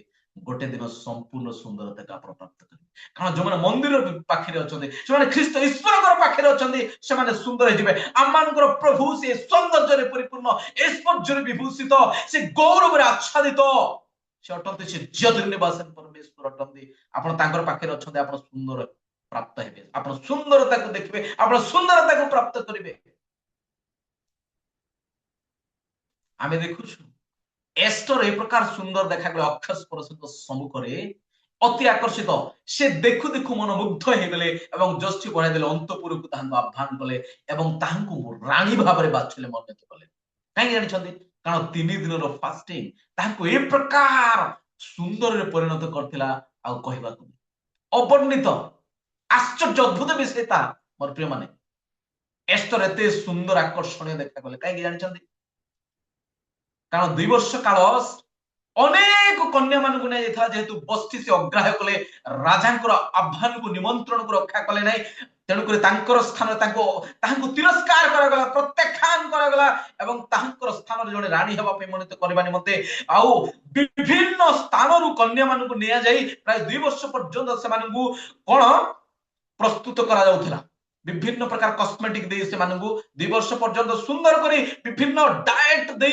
से विभिन्न प्रकार सज्जित कला परे जे क्वालिफाइड हे जे अधिक सुंदर देखा जाबो से रानी हे योग्य रानी रो योग्य हे मात्र समय पूर्व ही एस्टर से राजांकर मन को जीति पारथे एवं से देशर सुषण राजधान रानी हे कहीं जानि छथि कारण से प्रभुंकर सम्मुख रे जाइथिला 3 दिन फास्टिंग तांकर मुख को चमक कर देथिला तेजस्वी कर देथिला आकर्षणीय कर देथिला आपण प्रभुंक पाखे अछन आपण सुंदर हे जिबा मोसा जते बेले 40 दिन काल उपवास रछत सिने पर्वत मध्यरे 10 आज्ञा नबा निमंते से जाई छंदी 40 दिन पर से जते बेले फेरुछंदी इस्राएली माने तांकर मुख को देखिया पई अक्षम हेले कारण ए प्रकार सौंदर्य रे तांकर मुख परिपूर्ण ज्योति रे परिपूर्ण हे जाइथिला आ तांकर मुख को मध्य देखि पारले आपण परमेश्वर उपस्थिति पाखे अच्छे आपण सुंदर हो सौंदर्य परिपूर्ण हेबे जो माने नम्र अटंदी प्रभुकर निकटवर्ती अटंदी जो माने प्रभु को भय करंदी से माने सौंदर्य परिपूर्ण हेबे समग्र इस्राएल मध्यरे आमे देखुछु राजा साउल प्रथम राजा सुंदरतारे परिपूर्ण थिले द्वितीय राजा याकूब सुंदर सॉरी दाऊद सुंदरतारे परिपूर्ण थिले हां आमे देखु सोलोमन सुंदरतारे परिपूर्ण थिले जो माने प्रभुंकर निकटवर्ती थिले से माने अत्यंत सुंदर हे जान हालेलुया मोर प्रिय मन कहबा पई चाहे नूतन नियम रे जने व्यक्ति को आमे देखुछु स्तिफान तांको प्रस्तराघात करा जाउथला 7 अध्याय प्रेरित रे आउ तांकर दूत कार पर देखा जाउथला स्वर्गर दूतन को पर देखा कारण से ख्रीष्ट यीशु को ईश्वर पिता ईश्वर को दक्षिण पार्श्व रे ठिया होइथिबा स्वयं से दर्शन करथिले देखु आ ए प्रकार अवस्था तांकर मुख पुणी दूतों को मुख पर देखा सौंदर्य रे परिपूर्ण थिला कारण जो माने प्रभु को देखंती प्रभु को निकटवर्ती होते प्रभु को पाखे पाखे अछंती से माने सुंदर परिपूर्ण हे सौंदर्य रे परिपूर्ण हेबे हालेलुया और अनेक विषय अछि गोटे विषय मात्र मु आपण मान सम्मुख रखिछि आ केतरा पॉइंट अछि प्रभु जदी समय सुयोग दियंदी ताले को विषय तार परिवर्तन आसला से विषय आमे जानिथिबा विषय ही मात्र तथापि आपण मानकर निकट गोटे पुनरावृत्ति गोटे रिकल रिवाइज करबा पई बोली कहि परबा आमे बाकी को जते अधिक आमे ଶୁଣି ଥାଉ ସେତେ ଅଧିକ ଆମେ ସଚେତନ ହେଇଥାଉ, ପ୍ରସ୍ତୁତ ହେଇଥାଉ, ପରିମାର୍ଜିତ ହେଇଥାଉ, ସୁସଜ୍ଜିତ ହେଇଥାଉ, ଗଠିତ ହେଇଥାଉ, ଶକ୍ତିଯୁକ୍ତ ହେଇଥାଉ। ଆମେ ପ୍ରଭୁଙ୍କ ପରି ତାଙ୍କର ରୂପରେ ଆମେ ପରିଗଣିତ ହେଇଥାଉ। ତେଣୁକରି ମୁଁ ଆପଣମାନଙ୍କ ସମୟରେ କେତେଟା ବିଷୟ ରଖିଲି, ମାତ୍ର ତାର କୋଉ ବିଷୟରେ ପରିବର୍ତ୍ତନ ହେଲା ଆଗାମୀ ଦିନଙ୍କର ନିହାତି ଭାବରେ ଯଦି ସୁଯୋଗ ହୁଏ ତାହେଲେ ଏ ପ୍ରକାର ଆମେ ଶୁଣୁଥିବା ଏବଂ ଆମେ ଉତ୍ସାହ ପ୍ରାପ୍ତ ହଉଥିବା। Thank you. ସୁଯୋଗ ପାଇଁ ସମସ୍ତଙ୍କୁ ଧନ୍ୟବାଦ। ଧୈର୍ଯ୍ୟର ସହିତ ଆପଣମାନେ ଶୁଣିଛନ୍ତି, ଏଣୁକରି ଆପଣମାନଙ୍କୁ ମଧ୍ୟ ଥ୍ୟାଙ୍କ ୟୁ ଭେରି ମଚ୍। ଆଉ ଉତ୍ସାହ ପାଇଁ ମଧ୍ୟ ସମସ୍ତଙ୍କୁ ଧନ୍ୟବାଦ। Thank you.